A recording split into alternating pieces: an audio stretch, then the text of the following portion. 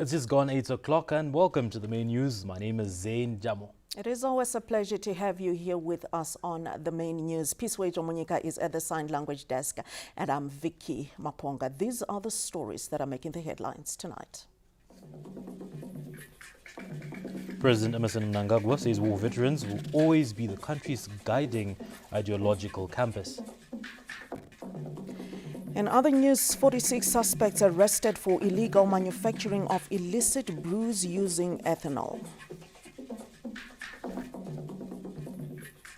The world of sports, a perfect start for Zimbabwe in Davis Cup, Africa's Zone 4 promotion campaign, with a 3-0 victory over Mozambique in Nairobi, Kenya. And we get straight to our leading story tonight. The President and First Secretary of ZANU-PF, Dr. Emmerson Mnangagwa, says war veterans will forever remain the ideological campus of the nation as it embarks on another phase of economic emancipation. He said this when he addressed the 4th National Assembly of the War Veterans, ex-political prisoners, detainees and restrictees at the party headquarters in Harare this Wednesday. Our chief correspondent, Ruben Barwe, filed the following report. Following the dictates of the ZANU-PF Constitution, the War Veterans League, which includes ex-political prisoners, restrictees and detainees, had its General Assembly at the ruling party headquarters.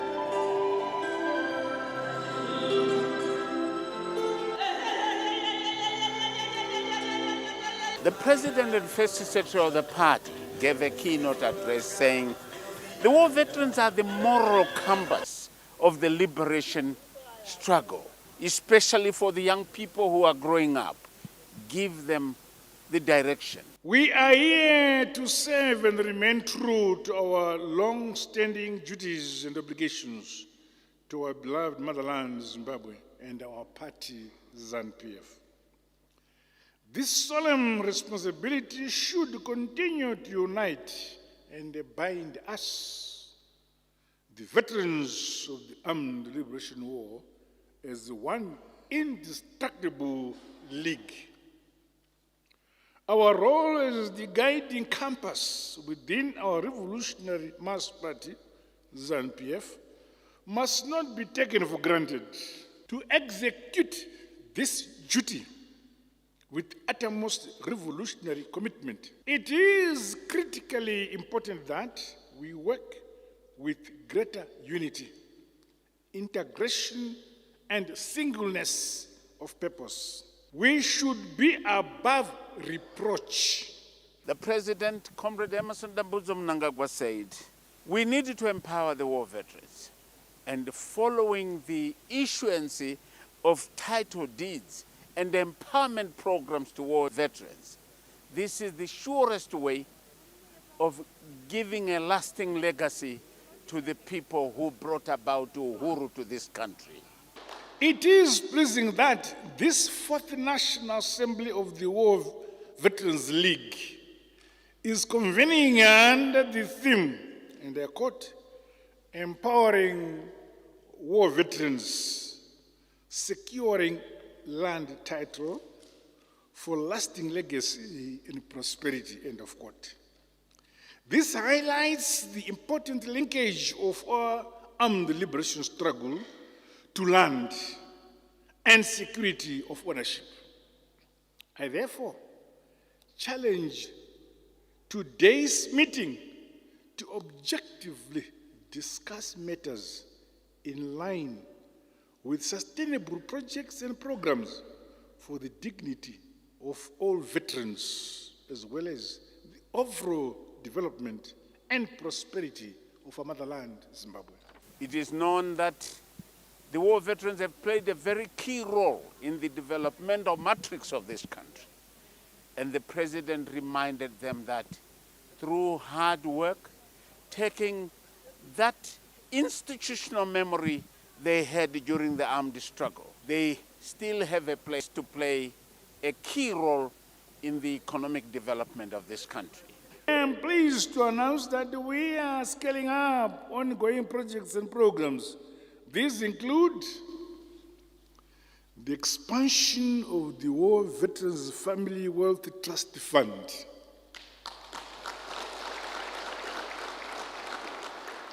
securing land title deeds and support for productive land use, specialized health centers for veterans of our liberation struggle, entrepreneurship skills and the capacity building programs, scholarships and vocational training, housing schemes, support for war veterans of liberation struggle led enterprises, and integration into value chains, and facilitating access to affordable financing.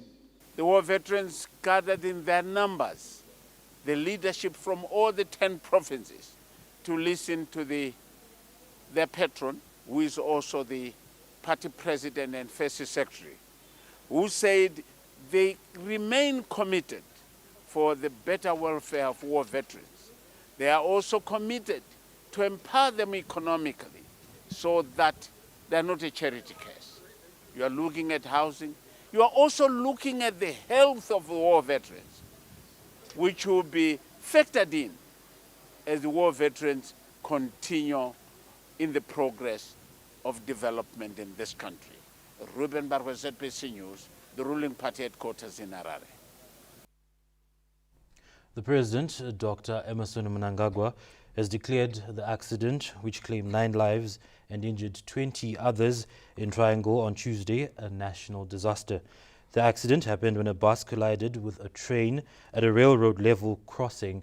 In a statement, Dr. Mnangagwa said he learned of the accident with a profound sense of shock and deep sorrow. He said what makes this incident particularly devastating is the heartbreaking loss of school children barely a week after the nation lost 7 others in a commuter omnibus fire in Gweru. The president added that the grief caused by the tragedy to the affected families is immeasurable and keenly felt by all Zimbabweans. His direction of government to declare the accident a national disaster paves the way for the mobilization of the necessary support to all the affected families. The Constitutional Court has dismissed the 2 applications that were challenging the legality of the Constitutional Amendment No. 3 bill, which is currently being debated in Parliament. The first application by 6 war veterans represented by Professor Lovemore Maduku was struck off the roll on the basis that it was improperly before the court. The other case filed by former Binga North legislator Prince Dubeko Sibanda was dismissed with the court ruling that it was not ripe for determination. The Constitutional Amendment No. 3 bill seeks to, among other things, extend the electoral cycle from 5 to 7 years and provide for a parliamentary process for the election of the country's president. It also proposes to establish a delimitation commission and move the administration of the voters' roll from the Zimbabwe Electoral Commission to the Registrar General's office. The government has inaugurated the board of directors for Changamire Construction Company, a strategic commercial entity established under the Ministry of Defense amid high expectations that it will become a major player in the country's infrastructure development agenda. The inauguration of the maiden board of directors marks a significant milestone in the establishment of Changamire Construction Company. The company has been created by the Ministry of Defense to transform the Zimbabwe Defense Forces construction capabilities into a fully fledged commercial enterprise capable of undertaking major national infrastructure projects. The Ministry of Defense has traveled extensively to other countries where we have signed memorandum of understanding to share ideas, to also learn from them best practices across the board, how they are also contributing to the development of their country. One such country was Zambia. Another was Tanzania, India, and also Egypt. And we also did some serious research in Zimbabwe as the Defense Forces to also identify areas where we can also intervene. We can participate to also ensure that when we are not at war, Zimbabwe is at peace. We can take advantage of the human resource in abundance in our ministry to address the issues, number one, of climate change. Climate change has caused serious havoc in terms of damages to our roads, even our dams. And we assessed our capacity also in terms of in the area of construction. The inaugural board, led by Colonel retired Joseph Mukaya-Kora, says it is ready to lay a solid foundation for the company's growth. My board is made up of various qualifications. The people hold various qualifications. For an example, I'm standing next to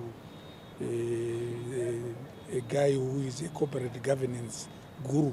We have quantity surveyors and we have an engineer. We are ready to take on the task. The inaugural board brings together expertise from corporate governance, engineering, construction, business management, and public administration. It is chaired by retired Colonel Joseph Mukaya-Kora and includes Dr. Lovemore Gomera, Dr. Tulani Shila Makamure, Engineer Owen Maipisi, Colonel Vincent Mpofu, Mr. Shingrai Israel Matumbwa, and Dr. Louisa Mparulin Ndlovu. The board's diverse mix of professionals is expected to provide strategic direction as the company positions itself to undertake major infrastructure projects across the country. Abigail Tembo, ZBC News, Harare. The First Lady, Dr. Auxilia Mnangagwa, attended a memorial service for the 7 school children who perished in a commuter omnibus inferno in Sengagweru last week.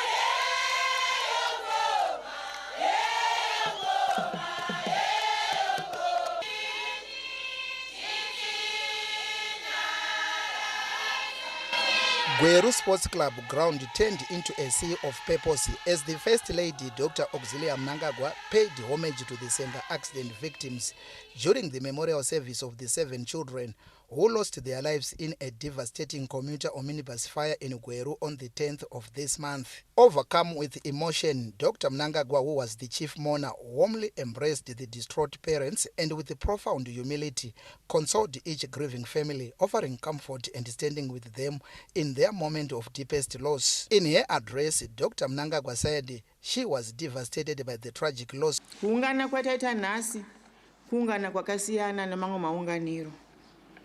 Kuungana kwekuti tarwadziwa tikakatyamara munyika. Mweya wakadai uyu uchaona kuti mizhinji yacho inokonzereswa nemunhu. Tichinyaradza muri kuti kuona muri yese ichiunganirai haina kuzoita mafaro, vatopinda vatouya vachiziva kuti vari kuenda kupi. Tatora dambudziko ramunaro tarita redu madzimai ese maprovinsi ese nyika yedu yeZimbabwe. Simbiswai, dai Mwari vakudzikinura mweya yenyu. Mochirega kuramba makabatikana nokuti kana nyika yaona zvakadai, vana mai varara vachifamba kuti vazomira nemi tinge tiri pamwe chete tichikuratidzai rudo. Vana ava tanga totovashandira kuti uyu achazita zvakati, uyu kuchenjera kwake achadai. Ungomuka makuseni mwana achigadzira kuenda kuchikoro, achadzoka.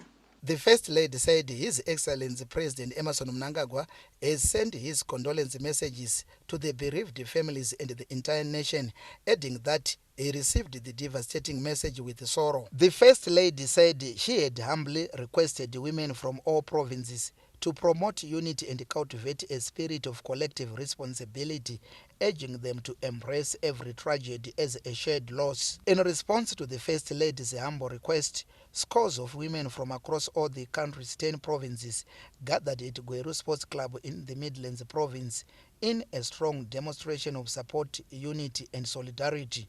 Baba President, vati nyaradzwai yenyu muri yangu, vana baba nana mai. Nyaradzwai yenyu, ndazviona ndakazvinzwa, asi moyo yenyu yochiti Mwari makaita yenyu tazvionaka, chitisimbisai, mwana afambe zvakanaka. Ini samai, sekufanana kwatakaita madzimai ese, ndakati ndanzwa nyaya iyi. Ko, ndinoenda ndega sei nyika ino ina namai kuda nepo pamwe havana kuzvinzwa. Regai ndisvitse kashoko kuti vasikana kuno kwaita nhamo, kuno kwaita rufu. Uru ndononzi rufu imi kamwe chete nguva imwe chete vana kutsakatikira ipapo. Inhamo inai madzimai ndoda kukutendai, ndinokutendai norudo rwenyu nekwamunogara. Rambai muchiita izvozvo muchibatanidza kwamunobva, muchibatanidza dzimuri, tichitaurirana sana mai, tichidzidzisana.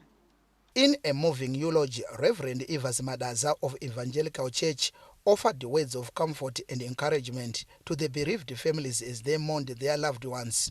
Bhaibheri shoko raMwari rinoti pane nguva yokuberekwa. Vana vatakaunganira pano takapuwa naMwari nenguva yaMwari. Muzita raJesu, ameni. Iro Bhaibheri rimwe chete roti vakaropafadzwa vana vadiki nokuti ushe hwekudenga ndehwavo. Asi nhasi uno ndo vatakaunganira munguva yokuchema. Habhakuki ari kuti ngatisatukai Mwari kuti zvaitirwei, zvakafamba sei. Tongoti Mwari wekudenga makapa, Mwari wekudenga mukatora. Joining the First Lady at the emotionally charged ceremony were government officials, representatives of faith-based organizations, and mourners from across the country, all united in grief as they stood in solidarity with the bereaved families and paid their final respects to the 7 young lives lost. Tarwadziwa nezvaitika izvi. Chashanda nemamwe mabazi ehurumende akafanana neveHome Affairs vatagara chishanda navo, vekwaAttorney General, veMinistry of Transport nemamwe mabazi ese ehurumende kuti tigadzirise mitemo yedu inechekuita nezvekufamba kwevana vachibva kudzimba vachienda kuchikoro uyezve vachifamba vachibva kuchikoro vachienda kudzimba. We have lost 7 school children, Your Excellency. But this send-off, Your Excellency, is very, very important to us, where the churches from different denominations have gathered here to send off our children. Your Excellency, we would also like to thank you for the donations which you have made to the bereaved families. Tinokutendai vamamoyo. I would also like to thank His Excellency, the President of the Republic of Zimbabwe, Commander-in-Chief of the Zimbabwe Defense Forces, Head of State and Government, for conferring the families and giving them assistance that they will be buried with the government assistance. The First Lady did not go empty-handed, but with mourning gifts as well as food hampers for each family. Representatives from all provinces and faith-based organizations honored the occasion through songs and dances, expressing solidarity, respect, and shared values.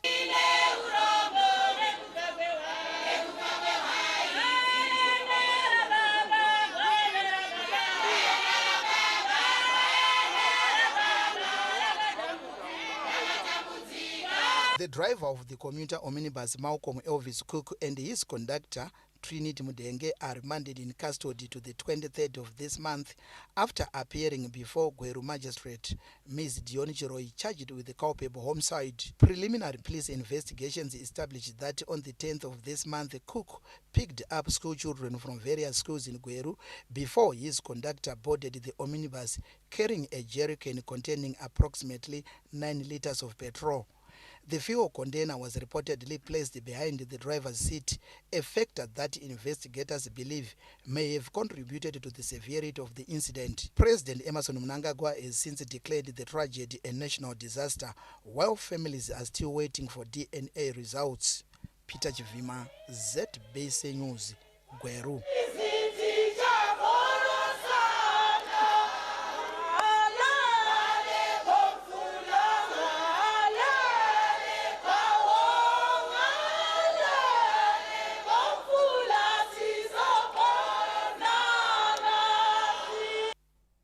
May the families find comfort in these difficult times. Now, following report, the Zimbabwe Tourism Authority is undergoing massive transformation in line with the National Development Strategy 2, with the parastatal holding its first ever annual general meeting in Harare this Wednesday. It indeed is a historic occasion for the Zimbabwe Tourism Authority when it hosted its first ever annual general meeting since the parastatal was incorporated in 1996 under the new leadership of Chief Executive Officer Dr. George Manyaya and the chairperson Mr. Farai Chimba. This GM is not only a matter of complying with the country's corporate governance requirements, but marks a new era in terms of steering the country's tourism industry. The first thing was to say we need to be transparent. There was no AGM ever since independence, and this is the first AGM whereby we called on industry, we've called on everyone. We're showing them the accounts and saying this is what we've gotten and this is how we've used the funds. It's very important because stakeholder confidence is very important as we go in this new dispensation. The tourism private sector, such as the Tourism Business Council of Zimbabwe, is impressed by this new paradigm shift in corporate governance by the ZTA, saying that this is essential in creating a sustainable tourism industry that promotes growth. This is a statement of intent to deepen the contribution of tourism to the general economy and to the creation of jobs within the sector and across the country. The Minister of Tourism and Hospitality Industry says under the Second Republic, well-run state enterprises are the engine for growth. The convening of this inaugural AGM is more than a statutory obligation. It reflects the authority's commitment to sound corporate governance, institutional renewal, and responsible leadership. Tourism remains one of Zimbabwe's most strategic economic sectors, a key pillar in the attainment of Vision 2030. Last year, Zimbabwe was chosen as the Destination of the Year Natural Wonders by the International Tourism Boss in Berlin, Germany, which shows the tremendous effort government has done in order to grow the country's tourism industry. And the transformation of the Zimbabwe's Tourism Authority is set to harness these efforts to promote the local industry towards attaining a $5 billion industry by the year 2030. Owen Mandova, ZBC News, Harare. Zimbabwe and China are expanding bilateral relations amid indications that the Asian giant's investments in the country have reached the $10 billion United States dollar mark. China, which remains Zimbabwe's biggest investment and trade partner, is leaving nothing to chance in enhancing the engagements between the two countries amid indications that investments by the Asian giant now sustain over 1 million locals to date. It emerged during an investment engagement between officials from the Ministry of Industry and Commerce and a group of Chinese business investors that Beijing is willing to open up more opportunities for Zimbabwe's business to accrue maximum benefits from its value addition efforts. We've already invested $10 billion US dollars cumulatively, which is quite impressive, quite a large number. I think both sides should leverage this very important policy to further enhance Zimbabwe's value addition and beneficiation. There's huge potential for Zimbabwe products, including those agricultural products, horticultural products, to export to the large Chinese market. Government appreciates the mutual friendship between the two countries, with Harare expressing interest to open more business avenues to businesses from the Asian giant. These are investments that as a government we are proud of, and we want to nurture and want to encourage and promote more to go into value addition, because we believe that the more we go into value addition, the more jobs are created, the more value is created for our country and for our investors. The Chinese investors have made an impact from across the country's economic sectors, with special interests from the mining and the manufacturing sectors, among others. The efforts by investors from the Asian giant have helped the country to fulfill the dictates of the National Development Strategy 2 as the country moves towards the attainment of an upper middle income society by 2030. Tafarach Kumira, ZBC News, Harare. The Geopomona Waste Management Company is tapping into Austria's advanced solid waste management and waste-to-energy innovations as it prepares to construct its own plant, for which civil works have already begun. The Geopomona Waste Management Company, led by its Chief Executive Officer Dr. Dilish Ngwaya, is in Austria for a high-level work-study tour aimed at strengthening its technical capacity and expertise in waste-to-energy solutions. The knowledge gained is expected to directly inform plant design, operational efficiency and sustainability standards as the company prepares to construct its own facility. This is the latest banger which you are seeing here, which you want to use in Zimbabwe. We need to replicate this new technology to Zimbabwe so that our waste will be managed properly. We are very happy that we are continually learning new things coming every day so that we continue doing our waste management properly to our country. The president of the International Solid Waste Association Austria, Anne Ragonisnik, described the tour as a significant opportunity to strengthen expertise and bring back various new concepts as far as waste-to-energy in line with global best practice. This study tour focuses on waste-to-energy, whereas if you optimize waste management, if you go for waste management, it's not just one technology, it's a whole system that needs to be established, that needs to be optimized, starting with the regulations that need to be in place and that need to be enforced in order to be able to take advantage of, for example, waste-to-energy. Beyond technical learning, the tour is also fostering strategic partnerships through business engagements and collaboration with international stakeholders, supporting innovation and investment in Zimbabwe's waste-to-energy ambitions. Government today convened a stakeholder validation meeting on the National Development Strategy 2 Key Performance Indicator Handbook, a framework expected to strengthen performance management and also accelerate the attainment of Vision 2030. The meeting, attended by Deputy Chief Secretaries, Permanent Secretaries and other senior government officials, deliberated how the KPI handbook will immerse itself towards the country's realization of Vision 2030 of an upper middle income society. Deliberations focused on the handbook's capacity to promote a whole of government approach in the implementation of NDS, its alignment with national development priorities, as well as lessons drawn from the National Development Strategy 1. This group print, which will occupy us this morning, is meant to provide guidance, standardization and strengthening of government programming as we implement the National Development Strategy 2, 2026 to 2030.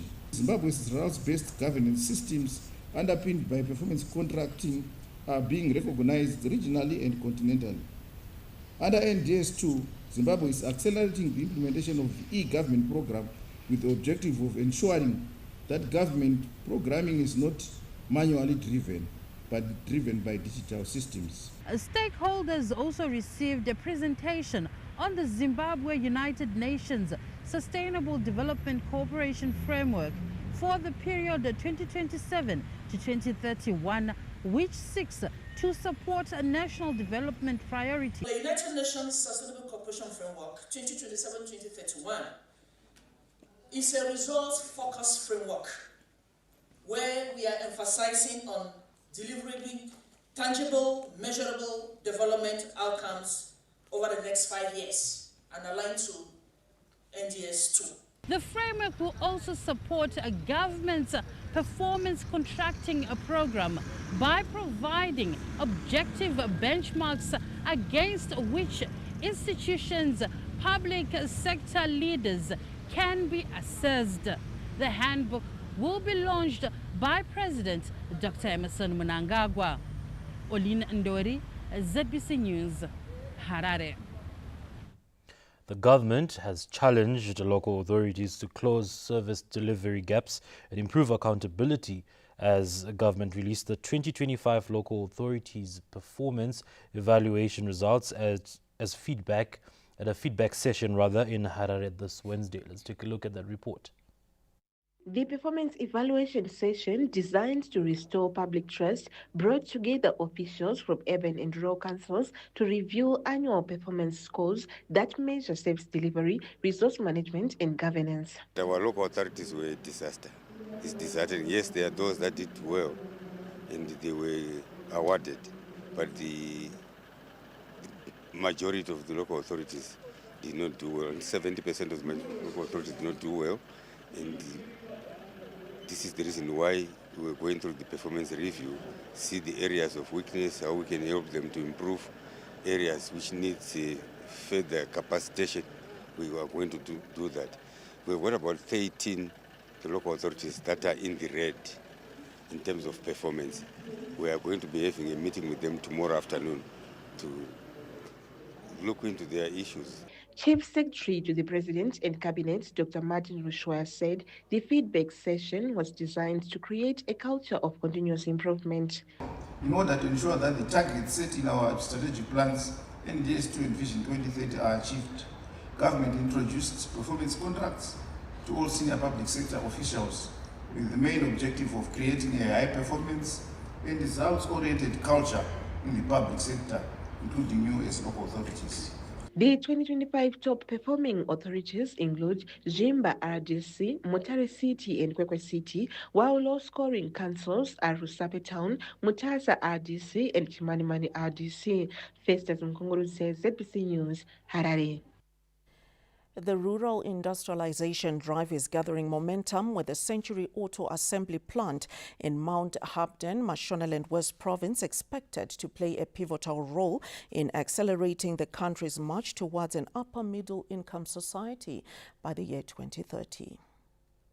Mashonaland West Minister of State for Provincial Affairs and Devolution, Honorable Marian Chombo, conducted a follow-up tour of the Century Auto Assembly plant in Mount Hapden to assess our progress on the project, which is poised to transform the province into an industrial hub. Those long trips that His Excellency has been making, trying to invite investors, is really bearing fruit, because this project started in NDS1 and now in NDS2. It's one of the big impactful projects that we are going it is going to be completed. The plant's managing director, Mr. Mohammad Jamal, gave an insight into the progress made so far. We're at a progress rate of around 95% done, and only waiting for a couple of bits and pieces to become certified by the government, so we can start importing semi-knockdown components. This factory, you see, can produce almost 50 vehicles per shift, and we will have nothing less than 150 employees directly into the manufacturing units. Meanwhile, the vehicle assembly plant is expected to complement the already operational Bronze Pearl gas cylinder manufacturing plant, which also attracted a $10 million United States dollar investment and continues to strengthen the province's industrial base. Tamuka Charakupa, ZBC News, Mount Hapden. We're just about to take a breather, but before we do so, do remember, for all the local, regional and international stories that we are tracking for you here on ZBC TV, you may catch them on our website www.zbcnews.co.zw. Across all social media platforms, you may find us at ZBC News Online. Still to come in this bulletin. 46 suspects arrested for illegal manufacturing of illicit brews using ethanol. And sport, perfect start for Zimbabwe in Davis Cup, Africa's Zone 4 promotion campaign with a 3-0 victory over Mozambique in Nairobi, Kenya. The main news will take a breather. We'll be back with you shortly.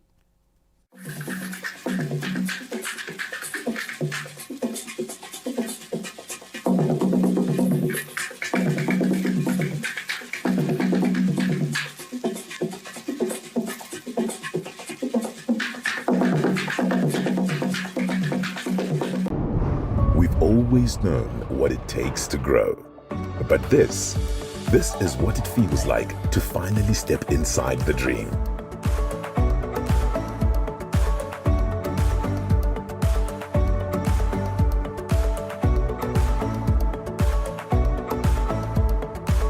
It's that quiet moment when a room holds everything it used to be and everything it made possible.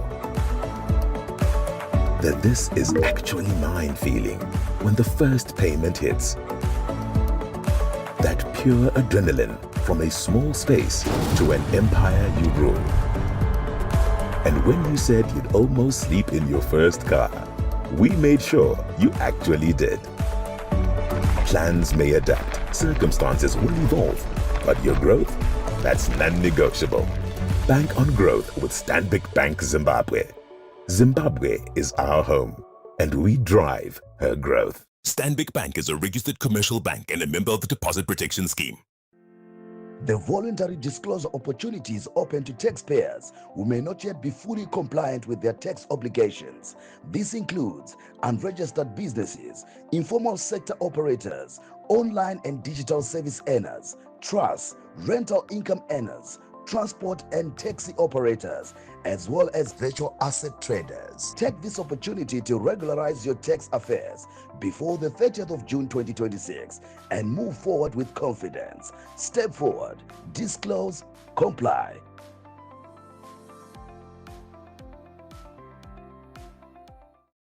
Is that KFC's Chimichurri Burger facing off with KFC's Prego? Chimi looks creamy, the Prego looks spicy, tangy, fiery, zesty, punchy. Ah! They both look so good! KFC's Chimi versus KFC's Prego. Pick your side. Football fans, your chance to win is here. Rentex Systems is bringing you the ultimate World Cup predict and win competition. Predict the 2 finalists and be among the first 10 correct entries to win a solar floodlight. Think you know who will lift the World Cup trophy? Predict the tournament winner and be among the first 3 correct predictions to win a solar generator. And now, the grand prize. Predict the 2 finalists, the World Cup champion, and the exact final scoreline. The first person to get all 3 predictions correct wins a complete 3.5 kVA solar system. Rentex Systems have been providing top-tier renewable services for over 5 years. To enter, head over to Facebook right now and drop your predictions on our official page, Rentex Systems Zimbabwe. For inquiries, contact us on 0713-229-721. Rentex Systems, Moto Pese Pese, Kwese Kwese.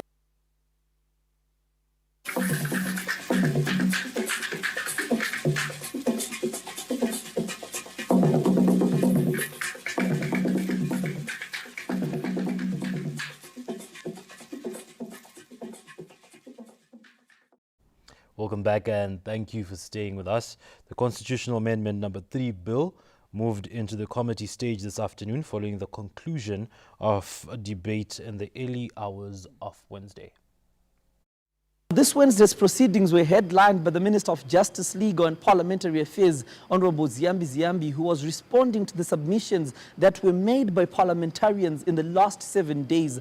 The Minister, Honorable Ziyambi Ziyambi, began by breaking down the figures, stating that a total of 187 honorable members of Parliament debated the bill, making this the most debated piece of legislation in the history of Parliament in Zimbabwe. And whilst 187 debated, 111 supported the bill as a whole, representing a majority support for the proposed law. Minister Ziyambi then went to respond to the issues surrounding Clause 3, which is proposing a shift in how the country elects its president from a direct election to a parliamentary method, stating that the proposal does not take away the concept of one man, one vote. Mr. Speaker, Honorable Makumile invoked those who died for the principle of one man, one vote. And he named names that this Honorable House receives with respect. Let me say this plainly, Mr. Speaker. Nothing, and I repeat, nothing in this bill touches the right of every adult Zimbabwean to vote. Nothing. Not one citizen loses a ballot. Every other Zimbabwean will continue to register, to queue, and to vote in every polling station, ward, constituency, and every province in every general election. Minister Ziyambi further highlighted that members of parliament should understand the purpose of constitutions and that clauses contained in the proposed law strengthen constitutional governance. The member who wished to oppose this bill on his merits had every word he or she needed before them. Yet some came to this floor helpless of both the text and the speech. They offered the Honorable House the jingles they said they had on the airwaves in the place of arguments. The Honorable House, Mr. Speaker, deserves that. And so do the more than 500,000 citizens who took the trouble to read the bill and tell us what they thought of it. Mr. Speaker said, Honorable Kore told the Honorable House that this bill creates no job, lowers no price of minimum, builds no school, and makes no hospital. And on that ground, she asked whose problem it solves. Honorable Story pressed the same charge in his own words, asking what national crisis requires this reform. They spoke for the people of Chikanga and of Chitungisa North with feeling and hardships they named are real and weigh on this government daily. But the argument, Mr. Speaker, rests on a category error, and it goes to the very nature of the document the bill is amending. Mr. Speaker said, a constitution is not a grocery list. It was never meant to be one. After Minister Ziyambi concluded his response to the submissions and questions raised by members of parliament during the debate, the Constitutional Amendment number 3 bill moved into the committee stage where the House considered the bill clause by clause. The question, I believe, which is before this House is whether we are in agreement that records should be consolidated. Yes, I agree, records can be consolidated. And I also agree that there must be no duplication of roles, namely between ZEC and the Registrar General. We cannot recreate that infrastructure under ZEC. We will be wasting our resources, taxpayers' money, recreating the same thing that Registrar General has already the capacity and the systems to do. This clause is very clear. It speaks to the responsibility of registering voters, which I strongly feel, because of the issues of efficiency and effectiveness, which the Minister spoke about, I believe that the RG's office has that capacity. The Minister of Home Affairs and Cultural Heritage, Honorable Kazembe Kazembe, clarified that the Registrar General's office is fully capacitated to manage the voters' roll. This clause, Honorable Chair, does not seek to remove that independent conducting of elections from an independent commission, which is ZEC. It does not speak about that. We already have the Zimbabwe Population Registry System in-house deployed. That's the same system that is now producing e-passports. It's the same system. It's modulated. It's got modulars. It's got modules, rather. If we cannot right now register voters, because the Constitution doesn't allow us, but the capability is there. ZEC can access that information on a need-to-use basis using the APIs, but it must be resident in the registrar's office. Secondly, and most important and most critically, ZEC should not be the creator of the database of the voters' roll and then be the checker as well. Now, after the House considers the bill clause by clause, amendments to the proposed law would then be presented, paving way for a vote on the Constitutional Amendment number 3 bill. Panashe Nagoli, ZBC News, Mount Hamden. The Zimbabwe Republic Police has arrested 46 suspects who are allegedly involved in the illegal manufacturing of illicit brews using ethanol. The suspects, comprising 42 Zimbabwean nationals and 4 foreigners, were arrested after a raid at an illegal brewery in Harare's Southerton industrial area. We visited the site, which is now under police guard, and observed large storage tanks for ethanol, which is being used in the manufacture of the illicit beers, as well as various packaging bottles and finished products of illicit brews, which were ready to be delivered into the mainstream market. Zimbabwe Republic Police spokesperson Commissioner Paul Nyati confirmed the development, saying the suspects face multiple charges, including contravening the Food and Food Standards Act and various regulations governing liquor manufacturing. The police has got a constitutional mandate to safeguard lives, to protect property, and we can't allow locals and foreigners to take advantage of Zimbabweans. And in the process, they manufacture illicit brews, illicit substances, where Zimbabweans are affected at the end of the day. You can see these premises. They are manufacturing illicit substances under the guise that they are supplying to Zimbabweans. Wines, spirits, when in actual fact they are using ethanol. Ethanol which has not been proved by the Medicines Control Authority of Zimbabwe and even the other authorities in Zimbabwe that it is suitable for use in these substances. And then you also realize that the environment in which these substances are being manufactured is just dirty, is just filth, meaning to say the health and safety of Zimbabweans is at stake. Government has taken a bold step in the fight against drug and substance abuse, with the latest being a proposal to establish the Zimbabwe Drug and Substance Abuse Agency, responsible for coordinating the country's response to the scourge. We continue to say no to drug and substance abuse. In other news, divorce cases have reached alarming levels, with the High Court in Harare having presided over more than 250 cases in the past week. Official figures confirm the court's divorce trend as Harare received more than 1,000 new divorce cases in the 5-month period from January to May this year, while completed matters were also more than 1,000. Official data shows that the Harare High Court has this week dealt with 63 uncontested divorce cases and over 200 contested cases. Legal experts have cited financial disputes, infidelity, and conflicts as the main reasons why there is such a high rate of divorce. This week here at the Harare High Court, 63 divorce cases were handled here, and we are talking of uncontested divorces. The causes of divorces are quite many. We're talking of economic hardships, poverty. Some couples find it incompatible to keep on staying together because of poverty. Infidelity, yes, is also on the rise, and effects of social media. We're talking of issues to do with infertility. The issue of irreconcilable differences. You know, many people in marriages, they've got their differences, and sometimes they fail to solve those differences amicably, and they end up divorcing.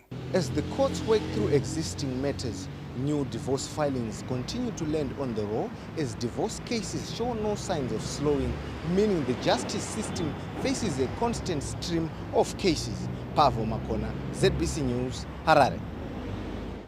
The government has declared war on digital colonialism by encouraging players in the broadcasting industry attending the annual Broadcasters Convention in Bulawayo to integrate sophisticated technologies and develop local algorithms that can help the nation continue to tell its own story to the world.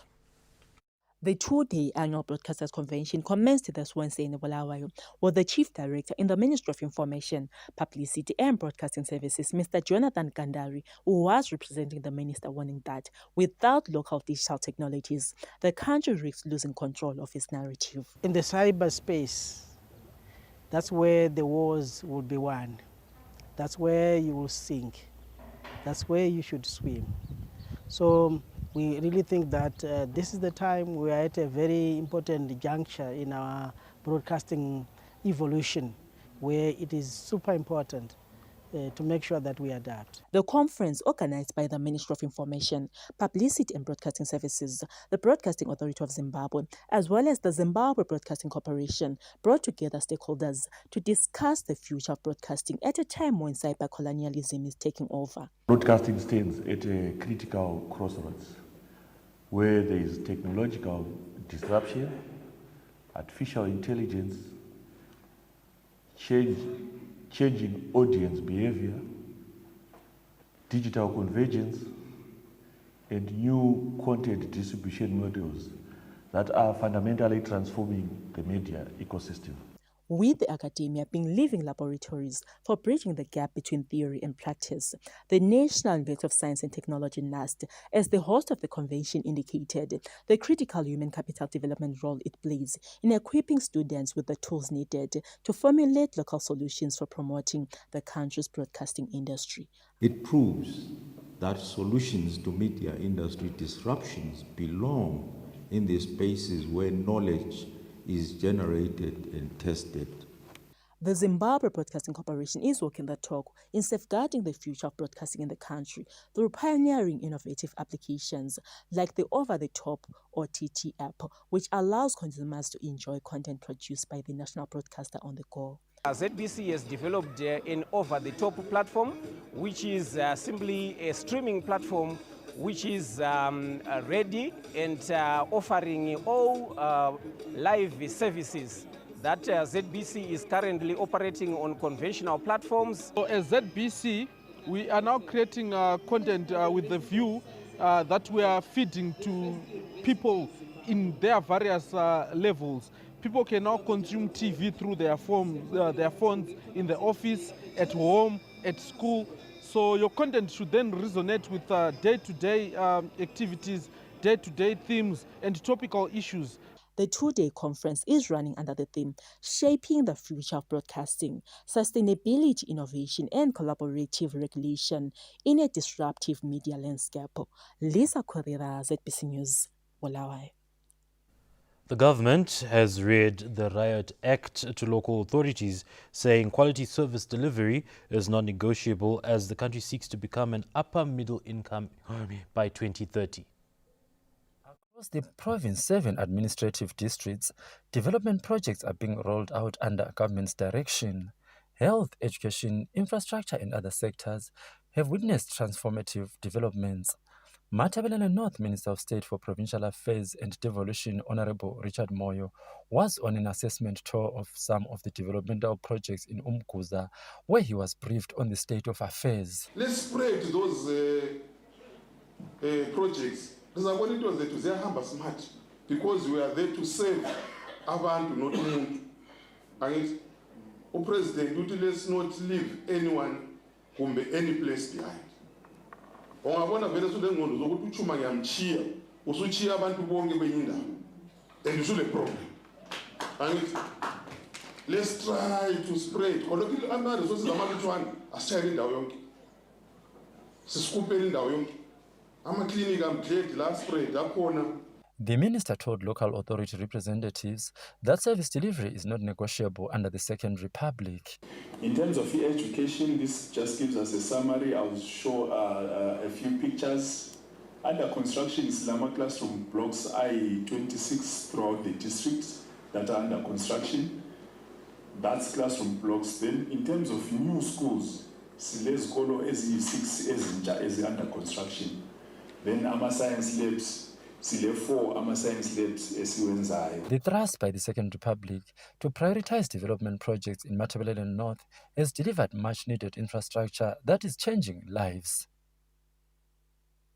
Zimbabwe's efforts to improve rehabilitation services for children living with cerebral palsy have received a major boost after the handover of specialized rehabilitation equipment valued at $170,000 United States dollars by the government of the Republic of Korea. For children living with cerebral palsy, access to specialized rehabilitation services can mean the difference between dependence and independence. Through a partnership between the government of Zimbabwe, KOICA, and the Africa Future Foundation, hundreds of children across the country are now receiving improved care thanks to the expansion of rehabilitation services and the provision of modern equipment to 5 additional health institutions. Speaking during the handover ceremony, Korean ambassador to Zimbabwe, Jae Kyung Park, said the focus is on improving lives. Together with agriculture and education, the health sector is our priority.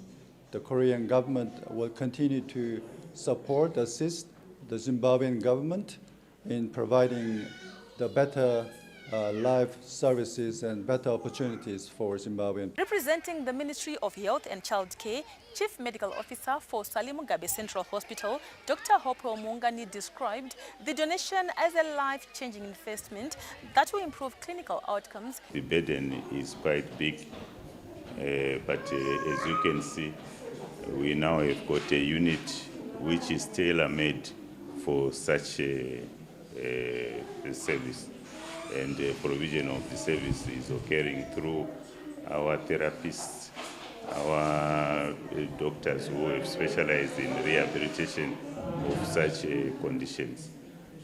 So we are able to cater for those. But decentralization is okay. For many families, the program has already transformed lives. Ainonoka kudevelopa right side rakiranga risinganyatsoshandira zvakanaka ndobva ratanga kuuya kukoika takaita ma-exercises and akatanga kuresponda, so now she can crawl, stand on her own. Mwana wangu anga aine high tone, then pandakatanga kuya panapa vakabva vatanga kumisa pama-hand cycles anotibatsira kuredusa tone yemaoko, then tine standa rinotibatsira pakudzidzisa mwana kumira. Mwana akabatsirika kubva atange kugara kusvika asvike nhasi pakufamba zvese nekutaura. Mwana wangu akaya pana asingakwanise kugara, kumira haana chaangaikwanisa kuita, anga asina head control, mwiri wake wese wanga uri weak. Mwana aingogona kugara akarara, ndaitoda kupinura. Saka kuburikidza nema-exercise nemishini yataishandisa kuti ita so nemwana zvakamubatsira iko zvino zvakukwanisa kuita zvese. Beyond the equipment itself, health experts say the initiative is creating pathways for better education, greater independence, and fuller participation in society, ensuring that no child is left behind because of disability. Abigail Tembo, ZBC News, Harare. Army officers have been urged to remain disciplined and maintain integrity in the discharge of their duties.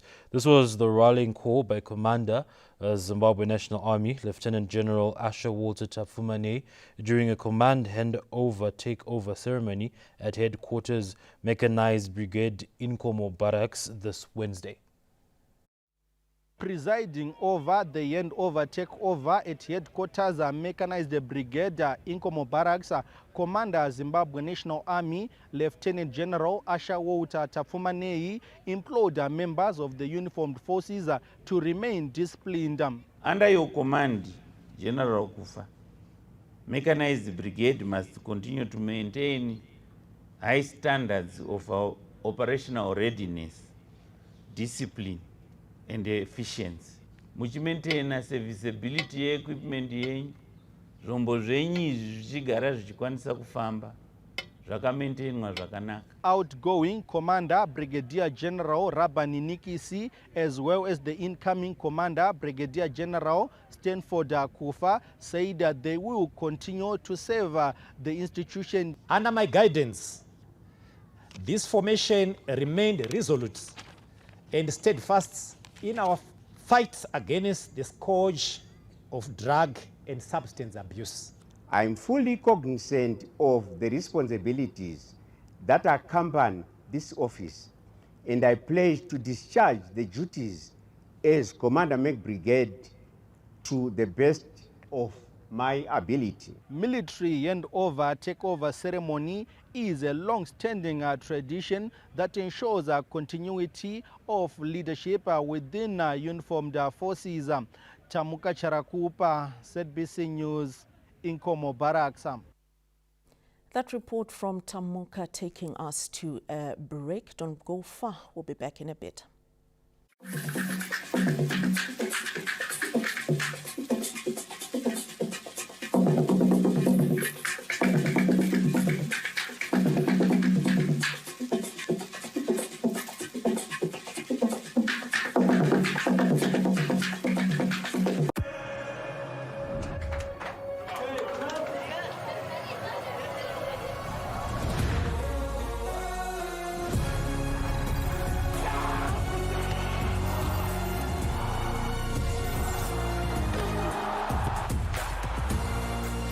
11 June to 19 July, everything can wait. The FIFA World Cup 2026. Catch all 104 matches from as little as $10. Live on SuperSport, only on DSTV.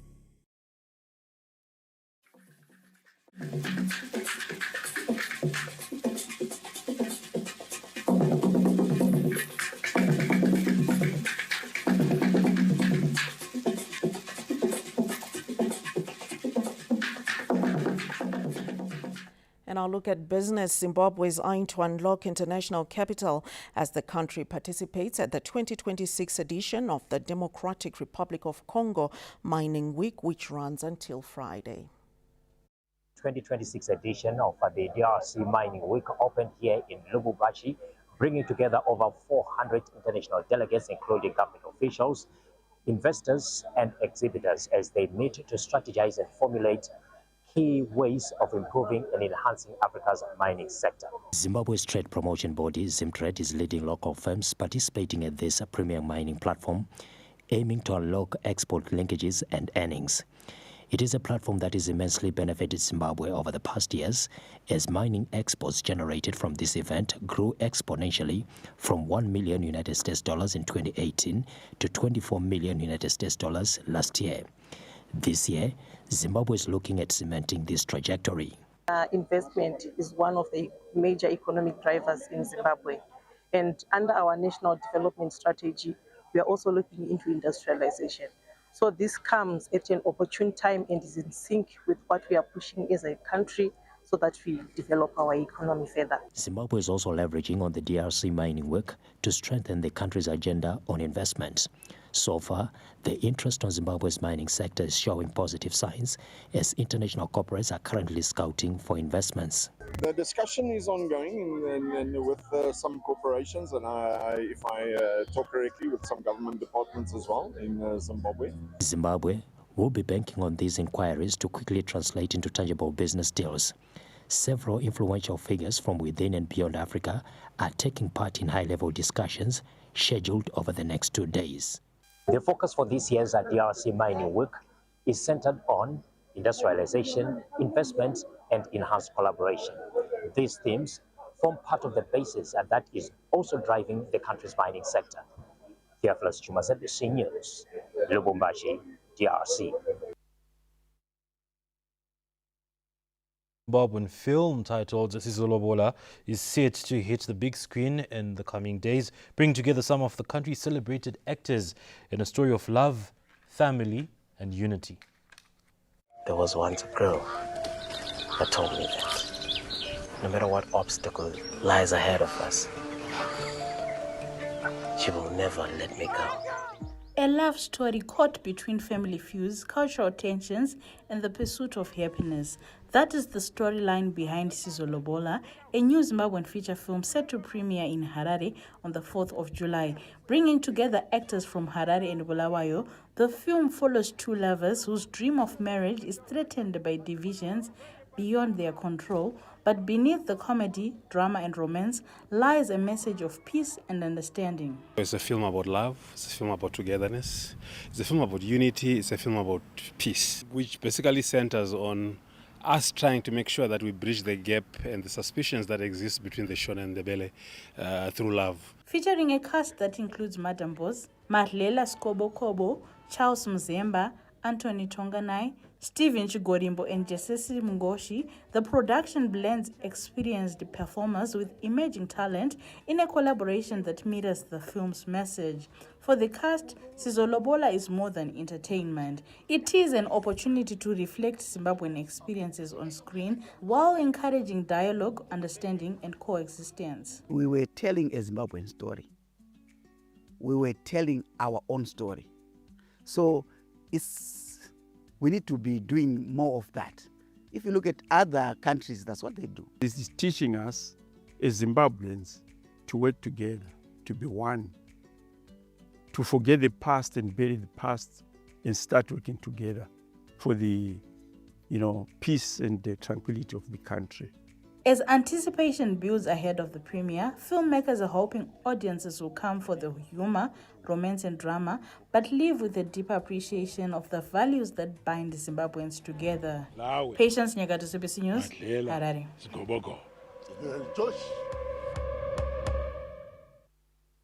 Anasha is on standby to give you sport after this break.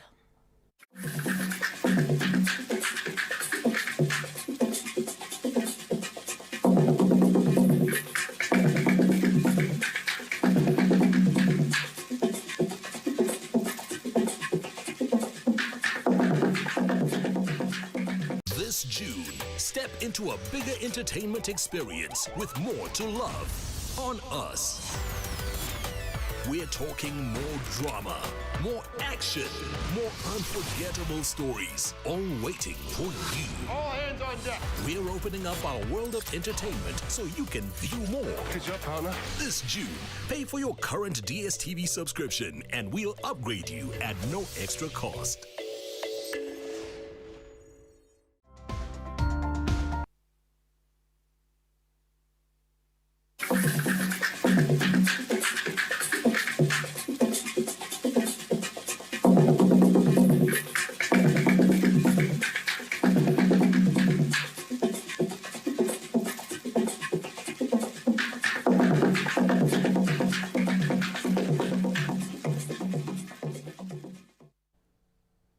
Welcome to the Sports Corner. Anna Shambrombans here with the latest in the world of sport. Zimbabwe got their Davis Cup Africa's Zone 4 promotion campaign off to a perfect start with a comprehensive 3-0 victory over Mozambique in Nairobi, Kenya this Wednesday. Zimbabwe drew first blood through Ronan Mtisi, who needed just over an hour to dispatch Eric Sikog 6-1, 6-0 in the opening singles match. The momentum continued in the second singles match where Zimbabwe's top seed, Courtney Locke, got the better of Luca Figueiredo in a straight set to seal the tie. Zimbabwe then completed a clean sweep in the doubles encounter to wrap up a dominant 3-0 victory and move to the top of Pool B. Zimbabwe is competing alongside Botswana, Mozambique and the Democratic Republic of Congo in Pool B, with the top two teams advancing to the promotion playoffs, where 2 places in Africa's Zone 3 for 2027 will be at stake. Attention now turns to Zimbabwe's second pool against the Democratic Republic of Congo on Thursday, with another victory set to strengthen their push for promotion. Fireworks are expected at Barberfield Stadium on Sunday as Zimbabwe's most decorated football clubs, Highlanders and Dynamos, renew their fierce rivalry in the second installment of the Battle of Zimbabwe this season. The second installment of the Battle of Zimbabwe will explode here at Barberfield Stadium on Sunday, and all eyes are on traditional giants Highlanders and Dynamos. Iwini versus Timbare vele isuka vele from kudala. Vele uthi sidliwe iTimbara kuyenzi. Wesisi home kuyenzi. Angere uthi Highland inqobe iwine. La kulo unyezi kufunayo. Sifuna iwine. Semadimbare atukupedza bora. Bozo kataza fomu yedu, mamira kata team yedu. Plus MBF, you all know kuti ndo home ground yedu chacha. Lena ziri kuti isi tiri kuwina. Dynamos ziri kuti kuwina. Samtama wachangwa kasimba. Asisi maona ndiri kuchita. Dynamos MBF ndo home ground. Saka ndola ziri kuti MBF tinowina. In the streets of Bulawayo, conversations are centered on the big game pitting Highlanders and Dynamos. Both sets of fans are preaching unity and anti-hooliganism. Umdlalo Sunday mwanza zathi uzaba igame emnandi ukuthi sizakholisa sibili. Mbona zathi into esikhangeleleyo. Mse Saturday tukuita road show tichiti no to violence, no to hooliganism. Pamtambo wakadai so tukurudzika zvakanyanya tinoziva kuti football is a game of emotions, but tukuti atisi kurwa, kubhora hakusi kurwa. Sunday's clash will be a third meet for the two giants who have met during the Jairus Chiri Charity Cup, as well as the first installment which ended in a stalemate in the capital. Currently, the two sides are separated by just a point, setting the stage for an explosive encounter. Mthokozi Stube, ZBC News, Bulawayo. England beginning their 2026 FIFA World Cup campaign with a highly anticipated clash against Croatia at Dallas Stadium this evening. The Three Lions are making their 17th World Cup appearance and will be looking to make a strong start as they chase a second global title 60 years after lifting the trophy on home soil in 1966. Captain Harry Kane remains England's key attacking threat as he targets another memorable World Cup campaign. Meanwhile, Croatia bring a wealth of tournament experience despite concerns over an aging squad led by veteran captain Luka Modric. The 40-year-old maestro is expected to reach the 200 cap milestone during the tournament as he seeks to inspire another good World Cup run for the Croats. The two nations have met 11 times, with England holding the advantage with 6 victories to Croatia's 3, but Croatia famously edged England in the 2018 World Cup semi-final en route to a runners-up finish. In the early hours of Thursday, Ghana opened their Group L campaign against Panama in a match the two sides view as crucial to their hopes of progressing. The Black Stars are seeking to end a 7-match winless run at World Cup and make a positive start under coach Carlos Queiroz, while Panama are aiming to register only their second World Cup victory. The West Africans will miss midfielder Thomas Partey, who has been denied entry. They will bank on the attacking prowess of Manchester City forward Antoine Semenyo, who was one of the standout players in the English Premier League.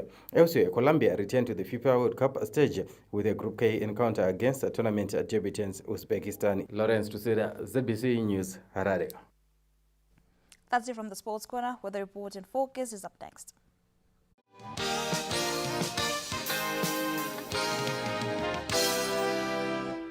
Good evening, Zimbabwe, and thank you for joining us in today's edition of the Weather Report and Forecast. My name is Baba Maketa. Well, it was cold in the morning throughout the country, with some areas, especially over the south, being a little bit cloudy. The east was also a little bit cloudy, but the north remained mostly sunny throughout the day. Now, getting into tomorrow, we're expecting the same conditions throughout the week, throughout the country. That is cold in the morning, with some cloudiness over the southern parts of the country as well as the eastern highlands. Now, as Friday and the weekend approaches, we're expecting cloudier conditions to affect the country, especially over the south as well as the east. And in the morning, we can expect some slight drizzle. Now, the temperatures in detail, we're expecting them to range between 8 and 14 degrees Celsius, with the lowest being over the central watershed as well as the eastern highlands there. But the north and the extreme south are expected to be a little bit mild in the morning. In terms of our maximums, again, we're expecting them to be a little bit lower, especially over the central parts of the country, but a little bit higher over the north as well as the extreme south of the country. Now, for Matobo in detail, we're expecting mostly sunny conditions throughout the forecast week. Bulawayo, again, mostly sunny conditions, but cold in the morning. Lupane will be cold in the morning again, but mild in the afternoon. Gweru, the same situation, temperatures between 8 and 9 in the morning. Harare, temperatures will be between 8 and 10 in the morning, but mild in the afternoon. Marondera, the same situation, but 5 in the morning and 22 in the afternoon. Nyanga, 4 to 5 in the morning. Mutare, 9 to 11 in the morning. In Gwanda, again, we're expecting lower temperatures in the morning, but milder in the afternoon. Masvingo will be cold over the weekend, and temperatures will be ranging between 10 and 11 in the morning. Kwekwe, 9 to 10 in the morning. Kadoma, 10 to 12 in the morning, and mostly sunny conditions throughout the forecast week. Chinoi, temperatures will be ranging between 9 and 11 in the morning, and mostly sunny conditions throughout the forecast week. Bindura, again, the same situation, 9 to 10 in the morning, and mostly mild conditions. Kariba, temperatures will be a little bit higher in the morning, but mild conditions are expected in the afternoon. Victoria Falls, 11 to Skissin will be the range in the morning, and mostly sunny conditions are expected throughout the forecast week. Now, Zimbabwe, this is all we had for you in this edition of the Weather Report and Forecast. Remember to stay warm, and thank you.